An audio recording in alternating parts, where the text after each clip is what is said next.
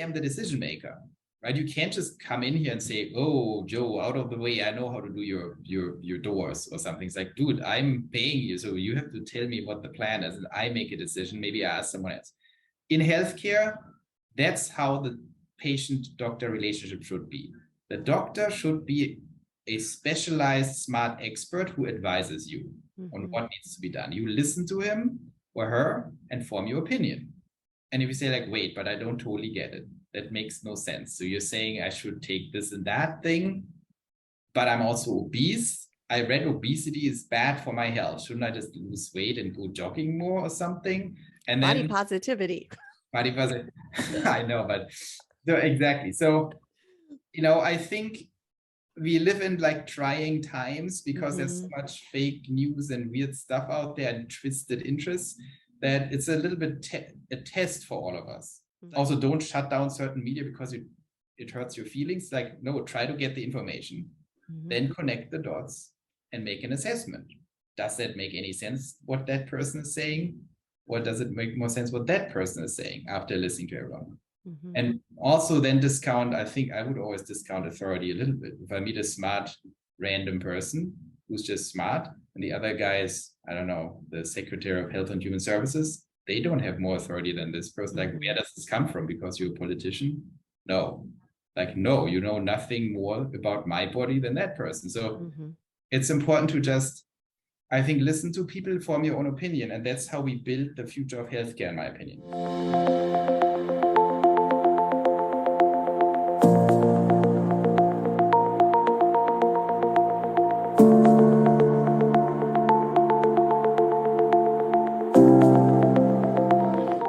Hi, Joe. Welcome to the Awakened Heart podcast. Hi, Nancy. I'm very happy to be here. I'm excited to have you on here. And you are, as we were talking before we hit live or record, that you're in my own stopping grounds. You're Mr. Santa Monica right now. I'm missing that warm, sunny weather right now. We've had quite the winter here in the PNW, but I heard that you guys are getting doused as well with a little cooler and it was surprisingly cold, but I know what you mean. I was up in Portland over Christmas, and that was tough. I mean, it was a crazy blizzard thing, and everything was icy. Yeah, we had the winter storm then, and it was quite cold. And then we just got out of one about a week and a half ago. So, and I can't wait for spring. I can't wait for spring. And that being said, spring and getting back outdoors and getting active and being healthy. And you developed something that I think is so needed right now, especially with the way, health, we're seeing a deterioration in, health in, the Western world with a lot of stressors, or people haven't been going to the hospitals and, or, going to their regular doctor's appointments. So we're seeing a lot of dis-ease happening and a lot of stuff that could have been prevented if it was detected early enough. And so you developed the 20 questions live, which just launched. By the time this airs, it'll have just launched.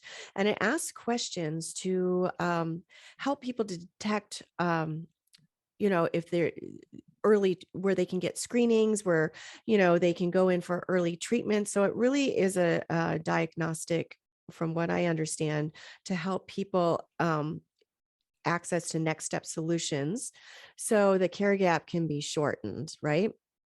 Right. So, but you've had quite a history in this kind of, this field, and, it's, you're utilizing AI technology with this, and I'm sure you can explain this a lot better. I would love for you to let our, listeners kind of give an idea what your background is and maybe what led you to developing this type of system. Yeah, absolutely. So I'm kind of a weird mix. So I grew up in Germany, but I'm already mixed myself. So my dad is Thai, actually. So he's from Thailand. He came to Germany, studied medicine, met my mom in med school. So I grew up in a very medical household. They were both also life science researchers. And so I saw kind of medicine from behind the scenes, including cutting edge research and including a lot of problems, because my dad was in charge of like a state of all the microbiology, like all the infectious diseases. And when you're in charge of that, you get all the extreme cases, right? So you get all the cases that are not primary care anymore. Some weird, people who travel to Africa and then suddenly get West Nile virus, like some weird things that are very dangerous that you don't get in Germany because normally these bugs are not there. And as part of that, I heard all these crazy stories as a kid or teenager at the dinner table where my dad said like, oh, it's very, we got this young boy in, or like a 16-year-old, and it's looking pretty bad. I don't think we can save him. And for me, when I was 16, I heard this, like, this is very disturbing. Like, there's a healthy 16-year-old who is now to die. Why? And then my dad said, like, well, he came to us 1 week late. It's a 2-week process. If you're 1 week late, you die because it's a highly infectious, dangerous disease, but you can treat it. And then he said, yeah, it was a typical primary care mistake. They didn't ask the right questions. So normally you go through the different questions like, okay, how do you feel? Oh, you have a car. Did you travel anywhere? So just to exclude certain tropical diseases. And of course, no one does that, even though you learn it in med school, because normally it doesn't happen. And so they get the wrong diagnosis. Oh, take a little here, penicillin or something, go home, could get worse, let me know. But you don't have that much time in this case. And so that was always disturbing to me, that it's so easy and clear what you need to do to basically prevent all these infectious diseases from happening. And then they still happen a lot. Why? Because the system is just failing on basic guidelines on a massive scale. And the more I got into that, I don't want to go too deep into what I did in between. I was in corporate, right? I was working on tech innovation for larger companies, then got into startups, then into venture capital. So I have like this whole journey on the business side to understand. I was always seeking out how innovation actually works.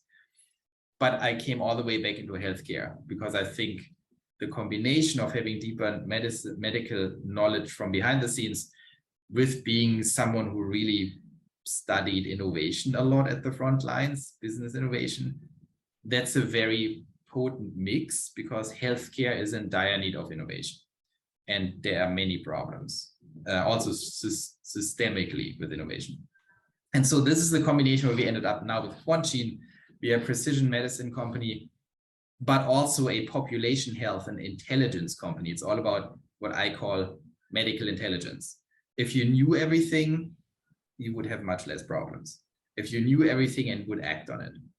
And so everything in medicine starts with that knowledge in the beginning, right? You don't even need to have super fancy genomics on the outset. You just need to start asking basic questions that are informed by very extensive, deep medical science and knowledge. And you have to ask the right people, the right questions in the right moment. That alone would solve half of our healthcare problems, because you could highlight, oh, Nancy's very, healthy right now, but she's actually this and this risk profile because of her family history for this and that. She actually needed a screening 1 year ago that everyone overlooked. Now, the reason you needed that screening is deep science, because over the last 50 years, people figured out that if your risk profile for that, you have to get these screenings every 2 years or whatever it is, because that knocks down the risk of you dying of that disease by 90%. But if you don't do the screenings, you are full on risk. And this can get incredibly complicated because every human is different.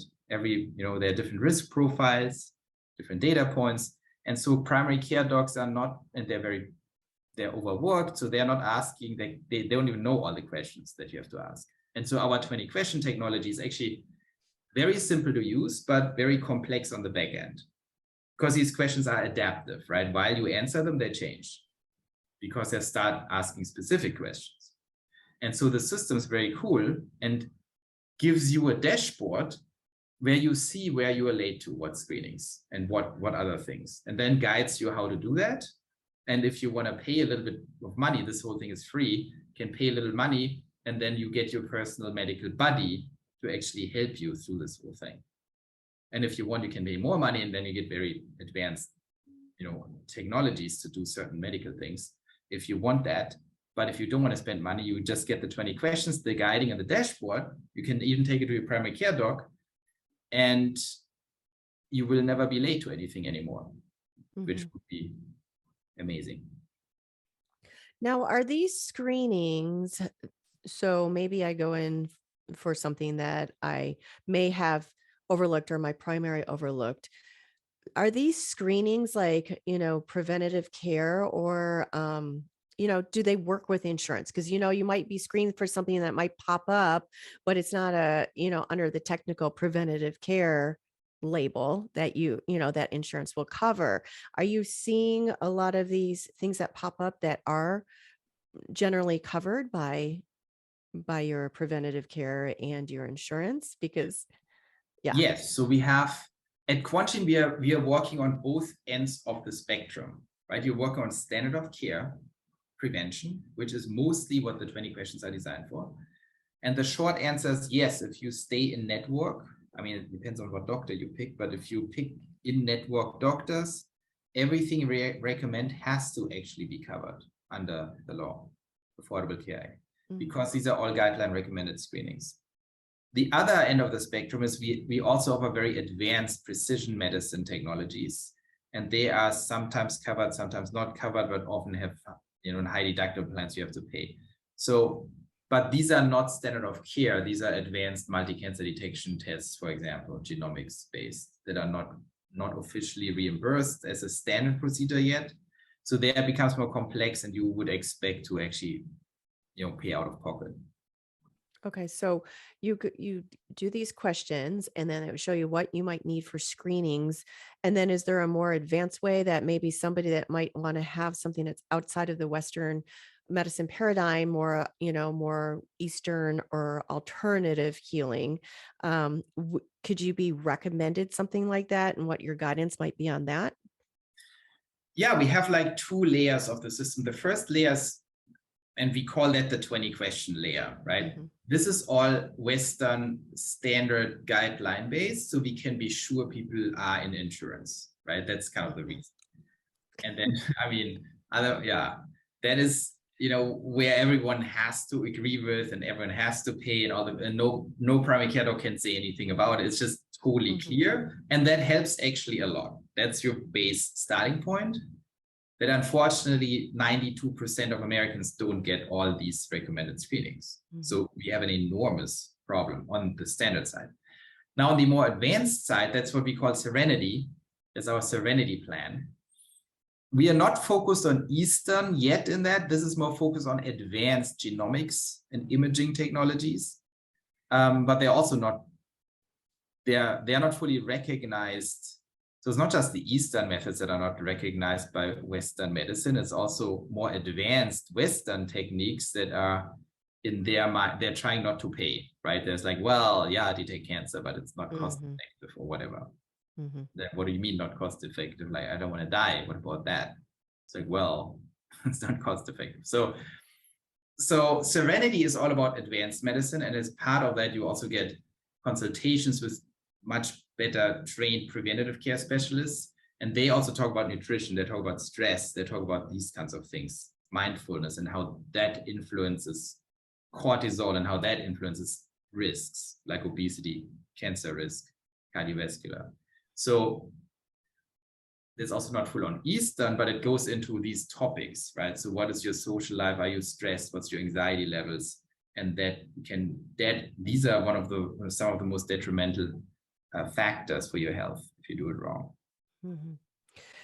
Now, what would you say, because we've seen a complete breakdown over the last couple of years over a certain narrative that's being pushed about a certain medical intervention that's, it was a one size fits all. So a lot of people, we've seen what's happened in the hospitals.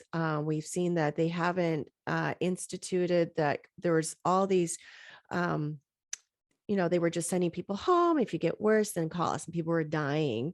But, they weren't recommending vitamin D or Q-certin or some of these other care or zinc or whatever. They weren't recommending like ways to keep yourself healthy. Like instead of just sanitizing your hand and wearing a mask, it was about getting out, breathing fresh air, getting your vitamin D, getting your exercise, manage your stress levels.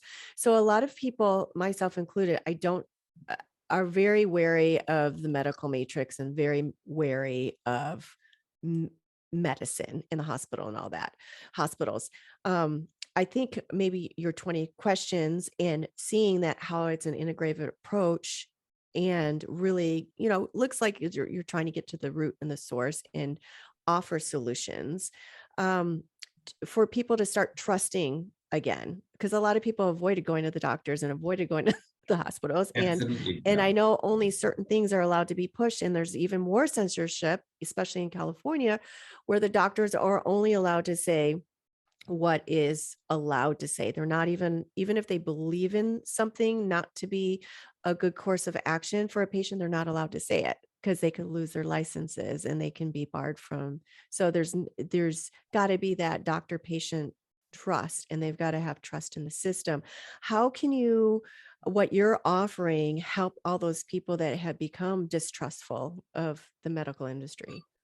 I think that's a very, very good and very, very tricky question, Mhm. especially I don't want to go into any kind of COVID details No, because of it's very, course. very touchy for a lot of people on all sides, but I know what you mean. And I think you are absolutely right that there's an enormous breakdown of trust. And, in many respects, I think it's a justified breakdown of trust because we saw that in science, there is no doubt for any reasonable minded scientific observer that medical science has many problems, right? Called special interest and funding problems. Mhm. And there are some industries like from health insurance to pharma that has an outsized influence of what's being done. And I think people get wise to it. By the way, it's not just medicine, it's also greater, all political stuff that's not science at this point. It's, academic science is defined as science, and academic science has a funding problem like everyone else, like politics. They're getting money from people, a lot of money from food industry, but even things where it's even true in climate research, right? Where, even if you believe, of course, it's getting warmer and humans play a role in it, but it's also clear if you would ever find out that something maybe is not as clean cut, you don't get funded anymore. So we can't do science like that. I don't know the answers to all these questions. That's why I want good science. And I want scientists to be able to ask the right questions and then find the true answers, not the answers that give them more funding. And that's in nutrition, in pharma, in vaccinations and all these things. The problem is if you have such a distorted incentive system, you can't trust it anymore. And now maybe a majority of the population at this point gets it. And that means like, well, what now? Like, who can we exactly trust? And doctors are also victims of that, right? Because a lot of doctors try to do the right thing, but then some do the wrong thing. Some say also stupid things. Some say the right things. And, now it's a big mess. And I think for us as a company that's clearly deep in healthcare and in medicine, we can also not just walk around and say random things, even if they are true, right? Everyone has to be cautious, but we also need to do the right thing. And I think it is time that we are building brands like Serenity and the 20 questions, where it's not just, these are doctors, trust them. That's a very dumb approach at this point. But that's why I'm on podcasts, for example. It's about, okay, you have to make up your own mind. Like if I expect our customers and patients and members to trust us, I need to be in front of a camera and tell them who I am and how we are funded and what we want and what our objectives are. And that's how we are building trust. I think the only way to build trust is through transparency and humanizing things also on our side, right? Who am I? Why am I doing that? Who do I have contracts with? Who gives us money? I think you just have to tell people. And the funny thing, or not funny, the sad thing in healthcare, if you look at whatever, like if you look at cars, Elon Musk, everyone knows Elon Musk. He's there, you might hate him or love him, but you know who he is. And you know what I like what he's doing on Twitter. I mean, exactly. I don't know what the bigger motive is, but I like how he's cleaning up Twitter. And he is transparent, right? He is like, whatever you think of him, you can get information from him, and then you can form your opinion. Is he lying? Is he not lying? But at least there is something to deal with. And it comes across to me as someone who really, is himself and tries to do his things. Now, if I ask you for when was the last time a pharma like a Pfizer representative, for example, explained to you who they are and how he earns his money and all these things, or a United Healthcare executive, right? So it's very intransparent, and I think that's a big mistake. I think we have to personalize medicine. I think people are getting smarter and understand being a doctor alone is not enough. It's like the question, who are you and who are you? Right? And why do I trust you? And we have a relationship, and that's how it should be. Or in bigger organizations, who is the CEO? Who's the founder? What do they actually want, truly? And the only way to form an opinion is transparency and having open discussions. And I'm not saying we're doing everything right, but we want to do everything right. So I think that makes a difference. And then, do you believe me or not? Well, that's why I'm on camera, and you can form your opinion. Is Joe like a weird guy I don't trust? Maybe some people think that, and then they shouldn't trust me. Other people might think, well, I don't know, Joe comes across as like authentic, so I trust him. And then I think we have to go back to the basics. Like, if you trust your body and life to some brand or some solution, get to know these people. I think that's very important. Yeah, I think that's so important. It's an individual approach, and it goes back to relationships and vibing with the personality and trusting that intuition. And we've been slapped down so many, like, I'm not going to take I'm not going to take blood pressure medicine when I don't need blood pressure medicine. And we're all individualistic, and working on that trust again, it's so important, and relationships are so important. And by the way, Nancy, I had a very good conversation yesterday or 2 days ago with another podcast who was like also, a similar space. He's more in the personal fitness and kind of, how do you grow bodybuilding, like how do you get back energy and everything. And my advice is like, everyone should be the CEO of their own life. I love that. And if someone comes to me as a CEO of Quantgene, like a vendor, right? So, we do security, or we do this and that, we do software. I am the decision maker, right? You can't just come in here and say, oh, Joe, out of the way, I know how to do your doors or something. It's like, dude, I'm paying you, so you have to tell me what the plan is, and I make a decision. Maybe I ask someone else. In healthcare, that's how the patient-doctor relationship should be. The doctor should be a specialized, smart expert who advises you on what needs to be done. You listen to him or her and form your opinion. And if you say like, wait, but I don't totally get it, that makes no sense. So you're saying I should take this and that thing, but I'm also obese. I read obesity is bad for my health. Shouldn't I just lose weight and go jogging more or something? And then body positivity. I know, but exactly. So, I think we live in like trying times because there's so much fake news and weird stuff out there and twisted interests that it's a little bit a test for all of us. It's like an evolution. Like back in the days, if you weren't cautious, something kills you. I think nowadays, if you're not cautious, you're doing dummy things, you kill yourself, kind of, like it ends badly. And I think what you need to everyone should get trained in, it's like, be your own CEO. Like say, well, listen to everything.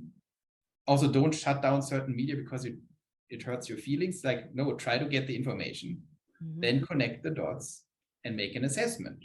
Does that make any sense, what that person is saying? Or does it make more sense what that person is saying after listening to everyone?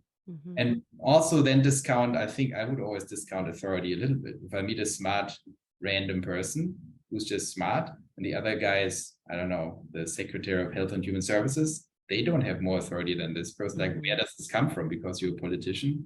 No. Like, no, you know nothing more about my body than that person. So it's important to just, I think, listen to people, form your own opinion. And that's how we build the future of healthcare, in my opinion. More personal, more transparent, having more open discussions, not shutting people down and saying, oh, you're not a doctor, you're not a scientist. Like, well, what does it mean to be a scientist? It means look at the facts, connect the dots, form a theory, and stress test it. That's a scientist. If you do that, you're a better scientist than most scientists.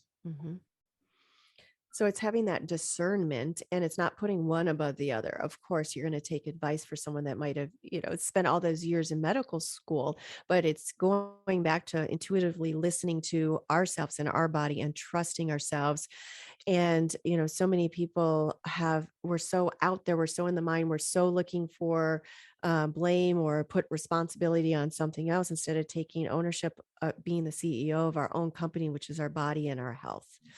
And then Exactly. working together with companies like yourselves and the doctors that we are recommended by or that we're already working with, and having synergy and living the best life that we can with everything that is available to us, like the whole spectrum, Western medicine, Eastern medicine, vitamins, outside exercise, stress reduction.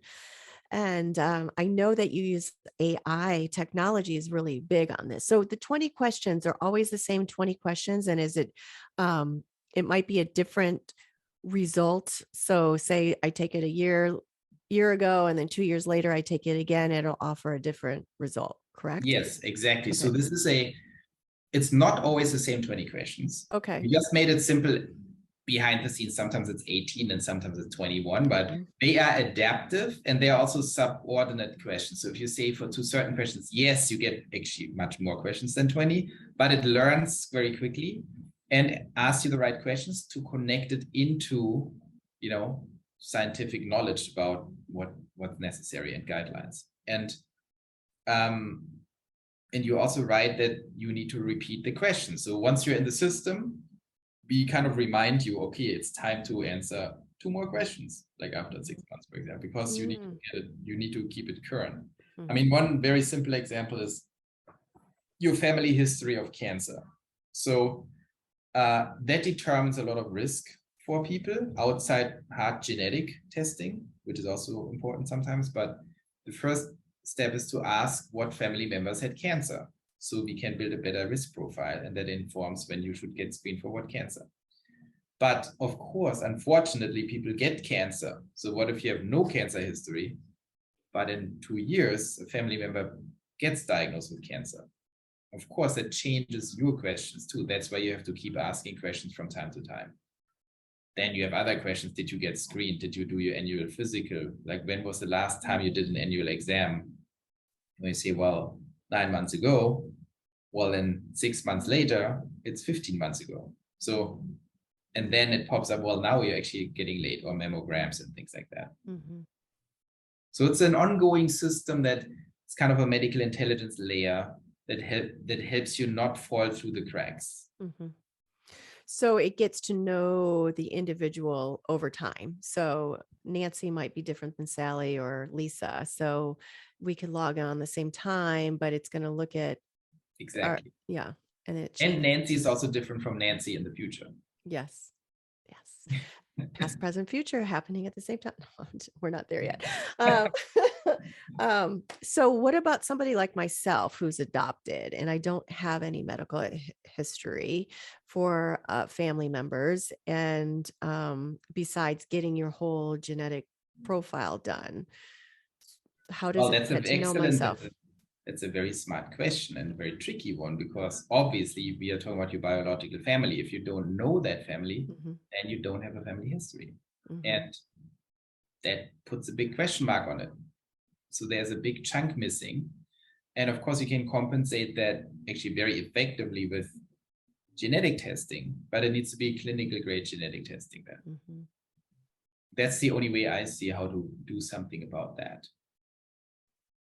And that's also something, because we are a genetics company, there are these upgradable services, but that is unfortunately out of pocket, because your insurance is going to say, I mean, there you run into exactly these problems. The insurance, you don't need to be a rocket scientist to figure out that you should get genetic testing for your risk profile. And obviously that's very important, but the insurance says, no, it's not important.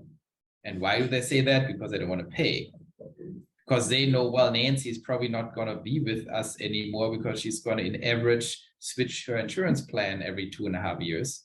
Therefore, we are not willing to invest that because someone else benefits from it, which is like as dark as it gets. But that's exactly literally what they tell us. my God. It's actually surprisingly dark, and it's surprisingly, The insurance. it's surprising that the people in charge don't even really see the problem anymore and saying things like that. For normal humans, like, did you just tell me that you don't care if your members die of cancer because they won't be your members at that point, statistically? And there's literally, yeah, what's the problem? It's like, well, I don't even know how to explain that. It's dark. I see we need a whole new reform on insurance. Like if anybody, any of the listeners, I'm sure you have had to go and pick out insurance plans based on your income or based with your company and then out of pocket and private law. Oh my God, it's such a, one like Blue Cross can have like 100 or so different plans, and it's just so confusing.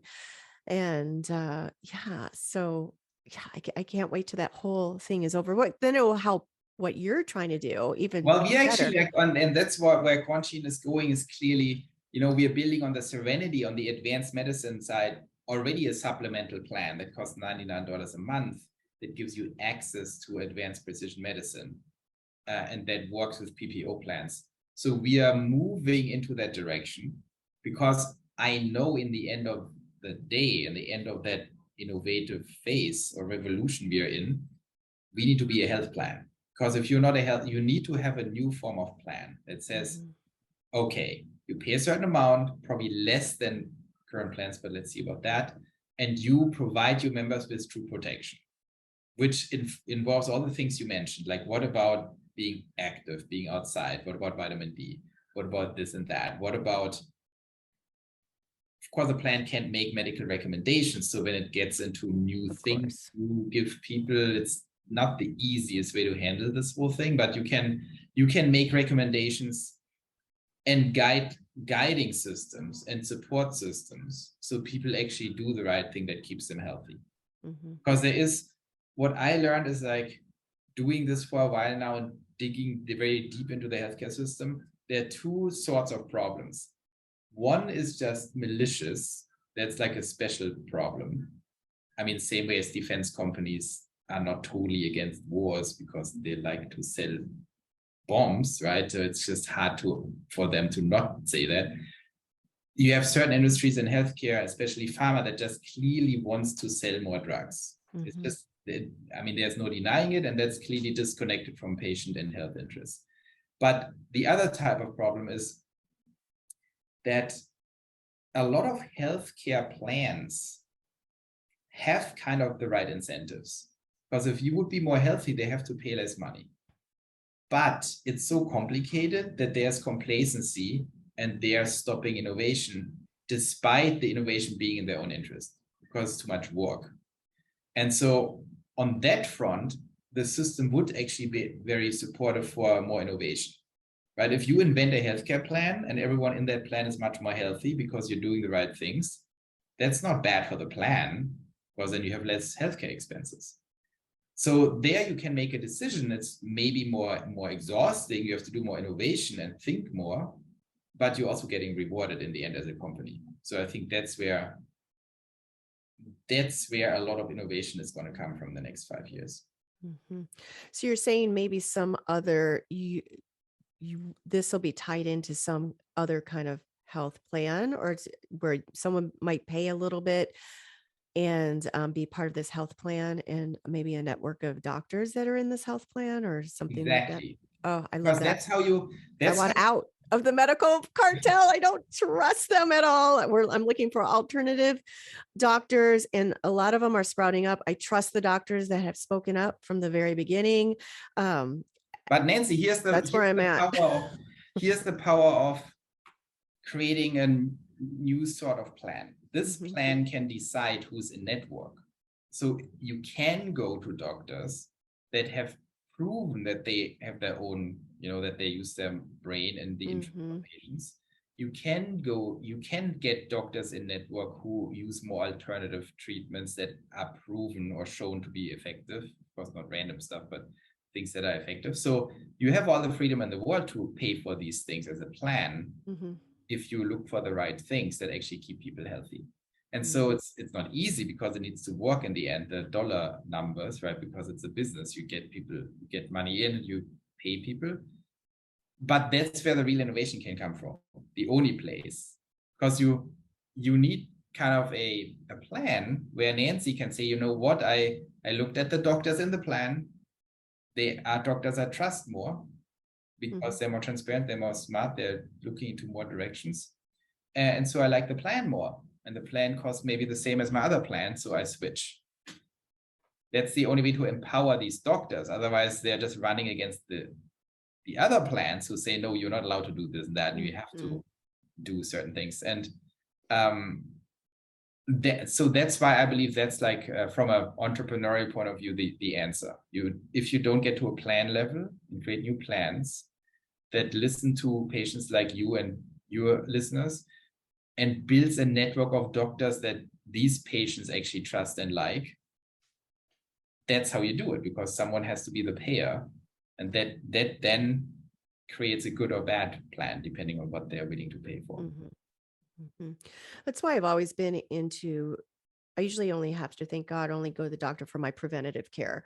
And because I always like I want the root cause. I want to keep myself healthy, which your advance, getting people these questions and getting their early screenings and everything, because I would go to a doctor for something and I'd be like, they're like, here, take this pill. No, I don't want a freaking pill. Tell me what's wrong with me. And I was like, God, and this is way before I even like knew as much as I know now. I'm like, why do they just want to push these pills? I don't want to be on a pill that's going to do A, B, C, D, E, F, G, H, I, J, K, L, M, N, O, P side effects.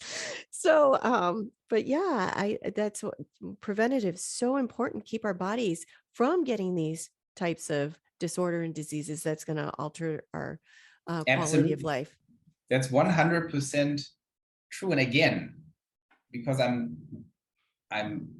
have a lot of things going on in healthcare and with things and everything, I always have to be a little cautious, but it's like you don't need to be Einstein to connect the dots. Like, medication by definition is some highly refined chemical that does very specific things in a very like unnatural way to your body. And that is pushing you out of balance. And so sometimes that might be the right thing, right? If you have something that would naturally kill you, you have to push yourself out of balance, because balance means death. For example, bacterial infections. There was a 70% mortality rate for some very basic infections a lot of people have. Today it's like, oh, penicillin, you're done. Well, unfortunately, we don't give penicillin anymore. It's like we give these broadband antibiotics that are very bad for many reasons. So anyway, I'm not saying medications are bad, but you have to be aware, if you take medications in nearly all instances, they do something very unbalancing to your body with a lot of ripple effects. And so the odds, if you don't have a condition that is really dangerous, that naturally would push you off, the odds that a medication is helpful are not that high. And in America, it's a very medication-friendly system, right? In Germany, there's much more constraint on medication. Mental health, for example, is also a crazy thing that's going on. Like in Germany, to get a mental health prescription for some, psychiatric drug is very difficult, because we would say stuff shouldn't like just fly around. And here everyone's like, oh, I can focus, let's get some Adderall. It's like, right. Have you ever read the side effects or long-term effects and all these things? Is very bad. So I'm totally with you on that side. You have to be very, very protective of your body and your natural balance. And it always sounds a little esoteric, the balance and the spirit. You can just break it down to hormonal things, right? You can say like, well, we know exactly what it does.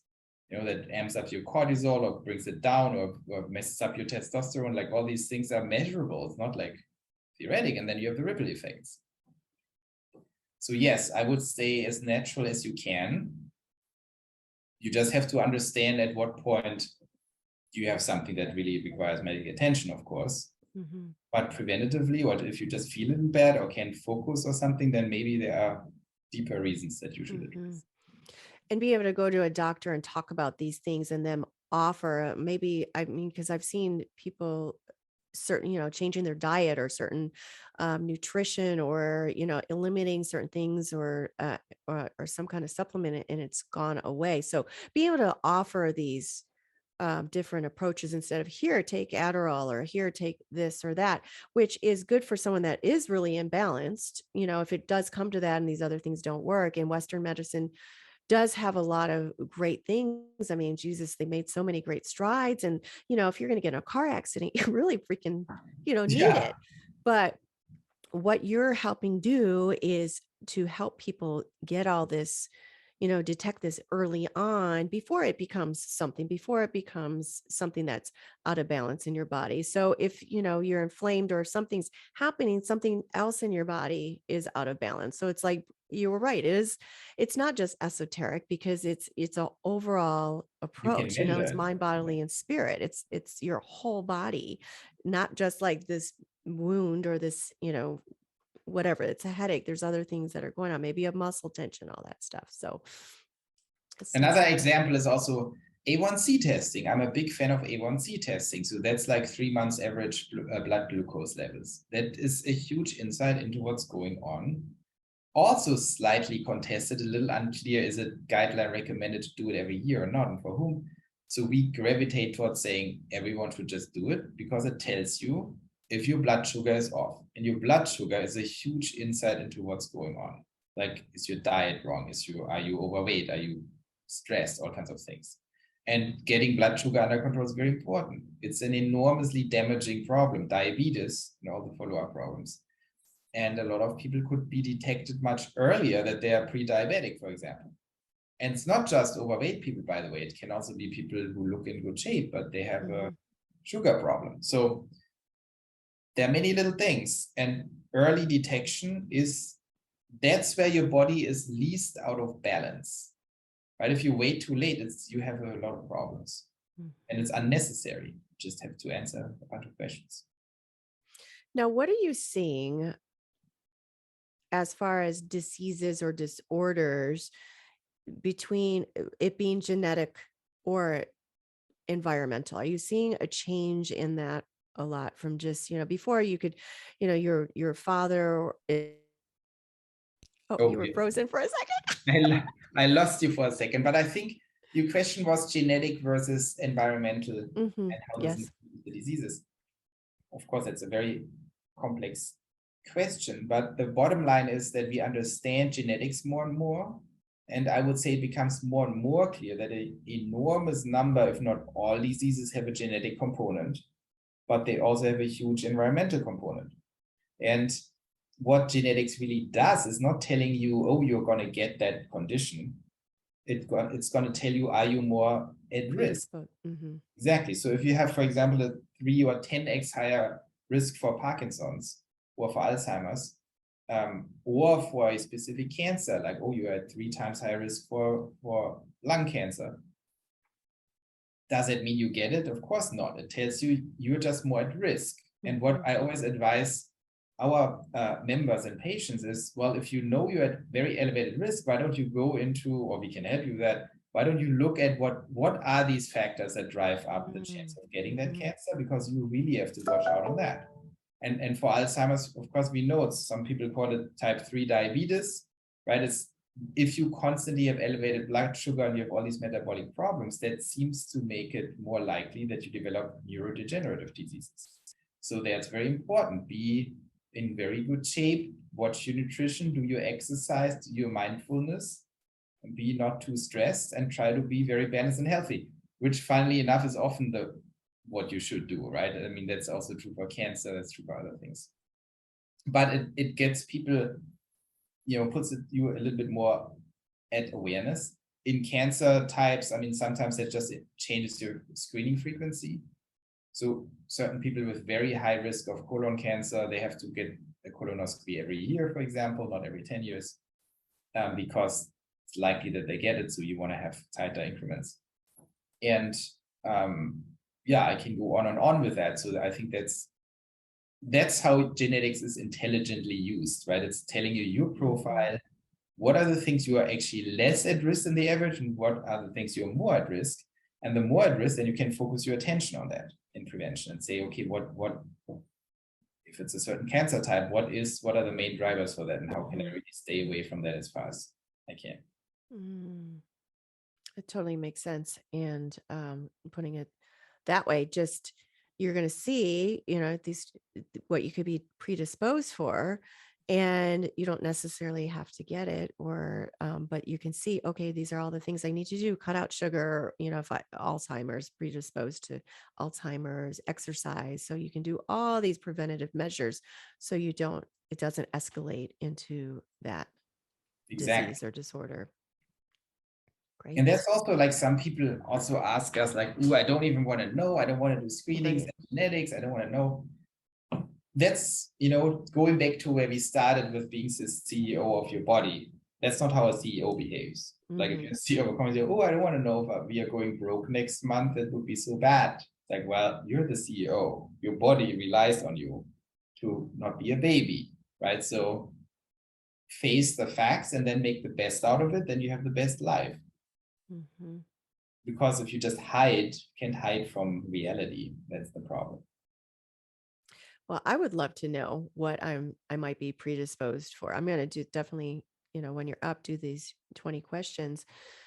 But yeah, I mean, I don't know because I'm adopted. I mean, I just do generally a really healthy lifestyle. I do love my sugar, but in balance. I love my pies and stuff. I love it too, but it's very bad. Yeah, I know. Yeah. Oh, I love it. I always have to have something sweet, but I, exercise, I get sun. I'm very, very careful, and I'm very, I intuit what's going on with my body. So, but I would love to know if freaking insurance would cover it, because I know genetic testing is very expensive, and, there's a lot of other things that I would do, but I'm limited by what my insurance will pay for. I usually seek alternative treatments when I am, acupuncture, and I'm always one to go out into that field when I can have money to spend out of pocket. And then, I mean, we are trying to make this much more transparent, because people are if you go to your insurance and conventional doctor and order start ordering genetic tests, it can go out of hand. So we offer a very clean cut thing. It's $950 and you get it out of the way. It's all 20,000 genes plus consultation, including pharmacogenomic testing, which is like which variants do you have that impact any prescription drugs you take, where you need different dosage. And that's, of course, you shouldn't take any drugs anyway if you don't need to. But if you get an accident or get diagnosed with a bad disease, it's very important to know that, because for cancer patients, like if you do pharmacogenomics, that excludes certain chemotherapies, because we are seeing much more why people die under chemotherapy, right? If you have these variants, it just kills you, the chemotherapy. If you don't have the variants, it doesn't as much. And that's a very necessary thing now, genetic testing for these pharma interactions, if you have any kind of complex treatment. But beyond that, that's what we are trying to introduce, like precision medicine on the highest precision level and quality level for, $950 is kind of course, a lot of money, but it's also a once in a lifetime thing. Whereas if you go to an insurance company, it's like, oh, you only need BRCA testing, it's only $290 that you have to pay. Well, you get one gene, not 20,000 genes. So next day you kind of say, oh, by the way, now you need like whatever, KRAS testing or something, or you need this and that. And then it's basically what they're saying, look, one gene is 950, we are not paying for that. We are paying 290 for BRCA. Well, but do you have to do this 20,000 times to get them out? So that's what they're not telling you. And then, so we believe like, okay, you need a thing that tests you completely on all your genes, gets the core data from the lab. And from there, if there's new learnings in the future, we know that in the cloud. Because we basically read all your genes, we know all the genes. And if there's no knowledge on a certain variant, maybe there comes new knowledge in 1 year that explains what that is, but we don't have to test you again because we already know the variant. It's basically like taking a big photo of Earth, of a planet, of your planet. And even if you don't understand what something means today, in the future, once we figure it out, we can still connect it because we have the photo. Whereas they say like, well, we're not paying for that. We are only taking this tiny little photo here because we know that.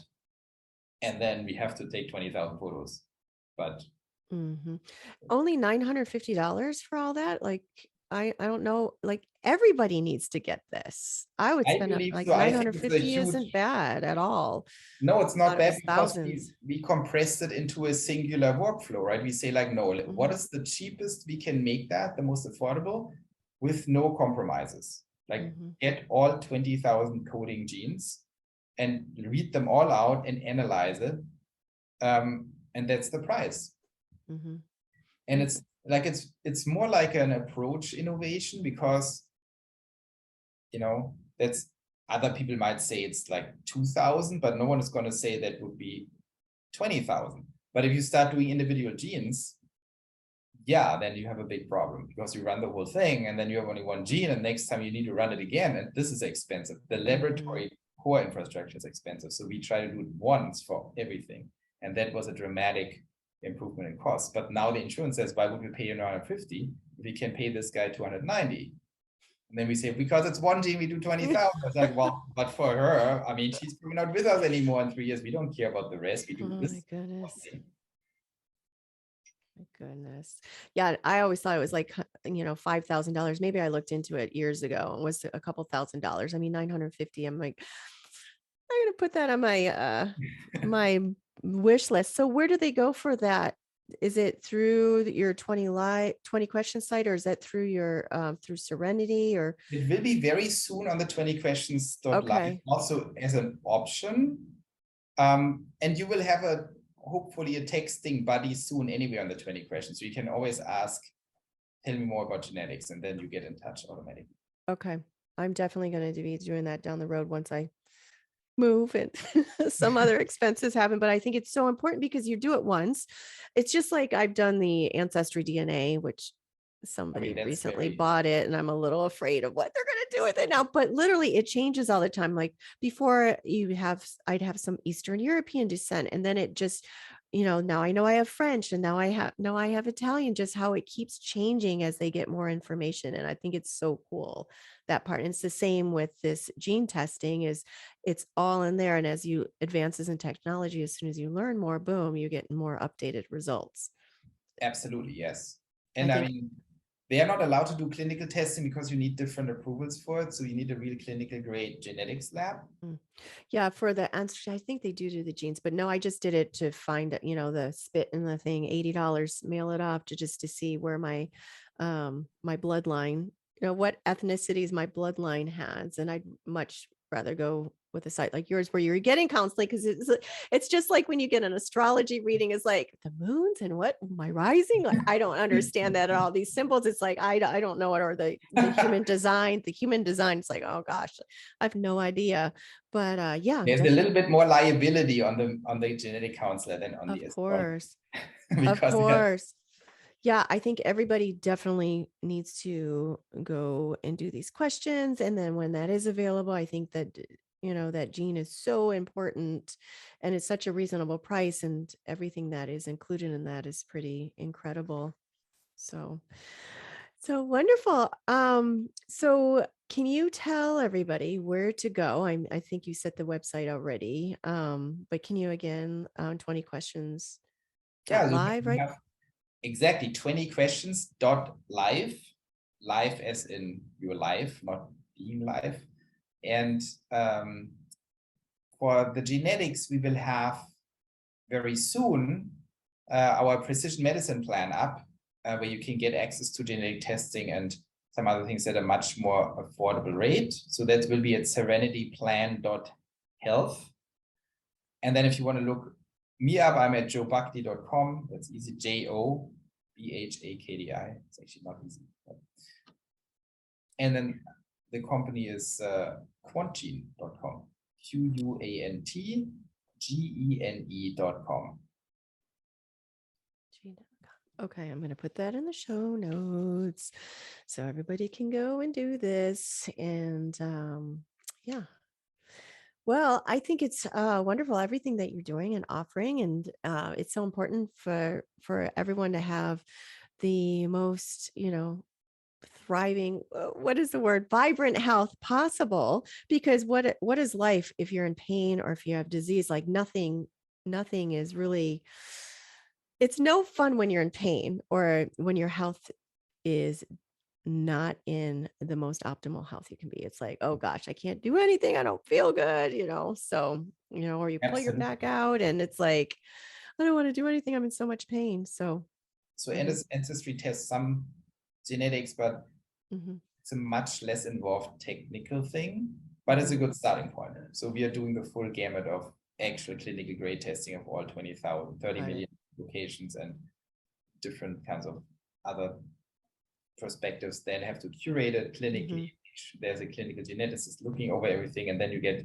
also a clinical genetic consultation on it, which is very mhm, important because you're not mhm, allowed to just give these results to people because no one understands them. So if mhm. something says pathogenic, what does it even mean? Does Right. it mean you're sick or not sick? Or so though you get basically a consultation included in that with with our head of genetic counseling, and she's a very nice person and very knowledgeable. And then you have a very good understanding of the whole thing. Hmm. Yeah, for the answer, I think they do the genes, but no, I just did it to find it, the spit in the thing, $80, mail it off to see where my bloodline, what ethnicities my bloodline has. And I'd much rather go with a site like yours where you're getting counseling because it's just like when you get an astrology reading, is like the moons and what my rising. Like I don't understand that at all. These symbols, it's like I don't know it, or the human design, It's like, oh gosh, I have no idea. But yeah, There's a little definitely. bit more liability on the genetic counselor than on the Of astrologer course. Of because course. Yeah, I think everybody definitely needs to go and do these questions. And then when that is available, I think that, that gene is so important and it's such a reasonable price, and everything that is included in that is pretty incredible. So, so wonderful. So can you tell everybody where to go? I think you set the website already. But can you again, 20 questions yeah, so live, we right? have exactly 20 questions dot live as in your life, not being live. And for the genetics, Mm. Yeah, for the answer, I think they do the genes, but no, I just did it to find it, the spit in the thing, $80, mail it off to see where my bloodline, what ethnicities my bloodline has. And I'd much rather go with a site like yours where you're getting counseling because it's just like when you get an astrology reading, is like the moons and what my rising. Like I don't understand that at all. These symbols, it's like I don't know it, or the human design, It's like, oh gosh, I have no idea. But yeah, there's a definitely. little bit more liability on the genetic counselor than on the Of astrologer course. Of because course. Yeah, I think everybody definitely needs to go and do these questions. And then when that is available, I think that, that gene is so important and it's such a reasonable price, and everything that is included in that is pretty incredible. So, so wonderful. So can you tell everybody where to go? I think you set the website already. But can you again, 20 questions yeah, so live, we right? have exactly 20 questions dot live as in your life, not being live. And for the genetics, we will have very soon our precision medicine plan up, where you can get access to genetic testing and some other things at a much more affordable rate. So that will be at serenityplan.health.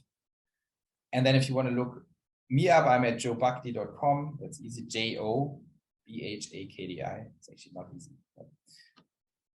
And then the company is quantgene.com, QUANTGENE.com.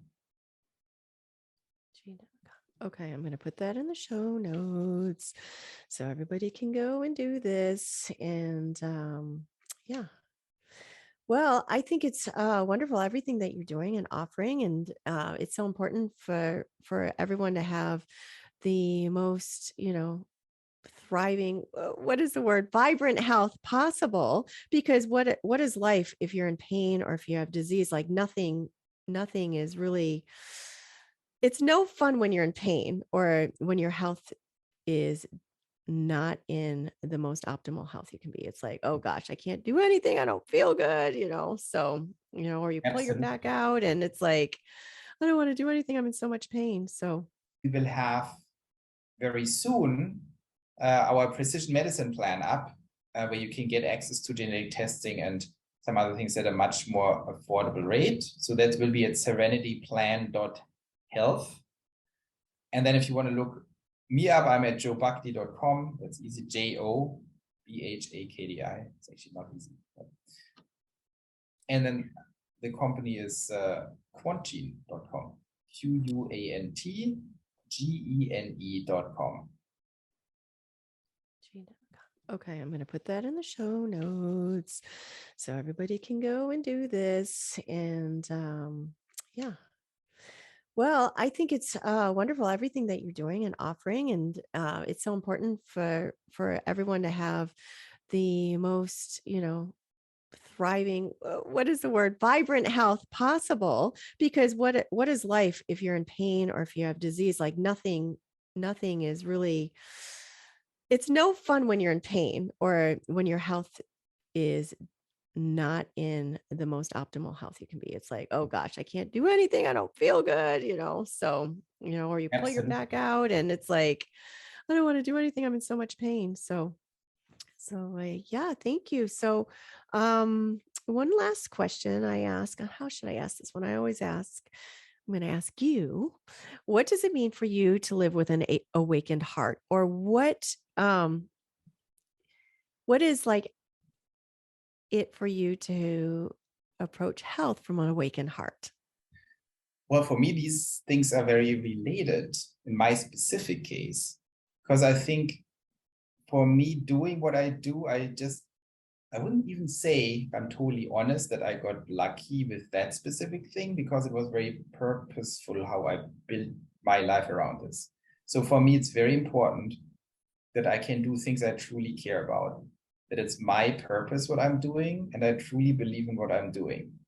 That was not always the case. So if I'm working in corporate or something, and you feel like, hey, I'm doing the job here because I have a boss and they pay me money and that's why I'm doing it, you misalign yourself. And that's not awakened, or maybe you are awakened and see you live in a little nightmare. That's also bad. Totally. So you want to have an awakened heart and then structure your life so it matches that heart, not awaken and see, oops, this is all messed up. So, and that's very important for me, and that gives me much more energy. I think you're this energetic being and you have all your emotional systems, and it's important that your world that you're constructing around you matches this emotional constellation, so you're in sync. That's what really harmony means. You have a bunch of emotional incentives that are you, and you have a world that is around you that you can influence, and if they're in mismatch, you're in constant emotional pain or unfulfillment. You shut down because you don't want to get hurt. Like you don't want to get constantly confronted with not living your best life. And if you rearrange that, you're much more free flowing. And I think that's very powerful, and that then affects your health. Because if you have free flowing energy, like if everything is aligned, I sound like a Californian, but it's but I use that all the time. Aligned, sovereign. I think this alignment is what it means. Like, what do can you truly explore who you are and what you really want, and not be skewed by some narrative from outside, and then measure the world you constructed around you against that, and then see, is that in sync? When I take action, is it the action I want to take? Does it move the world in the direction that makes it a nicer world for me? And that's more aligned. And if that is the case, then you're on a winning path. And then you're more happy. And I truly believe that happiness that comes from that upward trajectory, whatever that means for you, is the key to health, because that keeps you actually healthy. Because if you're super in shape and you work out every day and you get your vitamin D, but you do it under stress, because we're like, I'm like haunted or something, I need to have a perfect body, that's not healthy. You're going to get a heart attack at some point. But if you're just driven intrinsically by your motivations, and the world plays along because you arranged it that way at some point, it's hard, but once you're there, I think that makes you happy, and happy makes you live longer. And that's such a wonderful, beautiful feeling, to be aligned and to be doing something that because we spend so much time working, and to wake up on Sunday and dread going to work and hating your boss and hating your work and just finding no fulfillment. Like you said, you could work out, you could get your vitamin B, you could eat perfectly, but you're going to just not have that alignment and just be miserable and awaken and be like, this sucks. But when you align, when you align it all, like, that's an awakened heart, and you're giving back, like being so happy or being so fulfilled in what you're doing, and you know that it's helping so many people, like that's the best of all worlds. Yes, absolutely. Yes. Well, Joe, thank you so much for this conversation. And I can't wait to, I'm going on. I can't wait to go on once this launches and answer my 20 questions. Amazing. Yeah, Yes. thank you so much, Nancy. I can't wait to get the site up and welcome you as a user. That would be amazing. Oh, Yeah, thank you so much. It was a lot of fun, and I love your podcast. I hope you have a lot of success and a lot of inspired listeners. And yeah, hope to see you soon on 20 questions. yes. Thank you so much. Have a great day. You too. Thank you. Bye. Bye.